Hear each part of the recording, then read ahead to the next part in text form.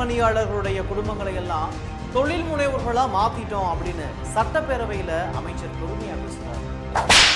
ஆனா அவங்க சொல்ற 213 இயந்திரங்கள்ல 10% கூட உண்மையான தூய்மை பணியாளர்களுக்கு போய் சேரல அப்படின்னு பகிரங்கமா குற்றம் சொல்றாங்க. அப்போ அமைச்சர் சொன்னது பொய்யா? அந்த இயந்திரங்கள் எல்லாம் யாருக்கு போச்சு? சட்டப்பேரவையிலேயே பொய் பேசக்கூடிய அளவுக்கு வந்து விட்டதா திராவிட மாடல் அரசு?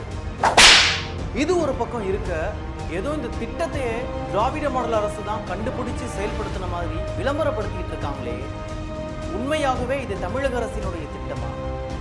மத்திய அரசின் திட்டங்களை எதிர்க்கிறது மாதிரி நாடகம் ஆடுற திமுக மத்திய அரசு கொண்டு வந்த விஸ்வகர்மா திட்டத்தை அண்ணல் அம்பேத்கர் தொழில் முன்னோடி திட்டம் அப்படின்னு பெயர் மாற்றி கொண்டு வந்திருக்கிறதா சொல்றாங்க அரசியல் புரிஞ்சவங்க. தூய்மை பணியாளர்களின் வாரிசுகளை மீண்டும் தூய்மை பணியில ஈடுபடுத்தி அவர்களுடைய குலத்தொழிலா தொடர வைக்கிறது தான் திமுக பேசும் சமூக நீதியா? சமத்துவம் சமூக நீதி அப்படின்னு வெற்றி பெருமை பேசுற திமுகவினுடைய உண்மை முகத்தையும் அவங்க ஒவ்வொரு திட்டத்திலையும் அடிக்கிற கொள்ளையையும் தூய்மை பணியாளர்களும் மக்களும் புரிஞ்சுக்க ஆரம்பிச்சிட்டாங்க. சட்டப்பேரவையிலேயே பொய் சொல்லி மக்களை ஏமாத்திடலாம் அப்படின்னு நினைக்கிற திமுக அடுத்த தேர்தலில் மக்கள் நினைச்சாதான் சட்டப்பேரவைக்குள்ள போக முடியும் அப்படிங்கிறத மறந்துட்டாங்க.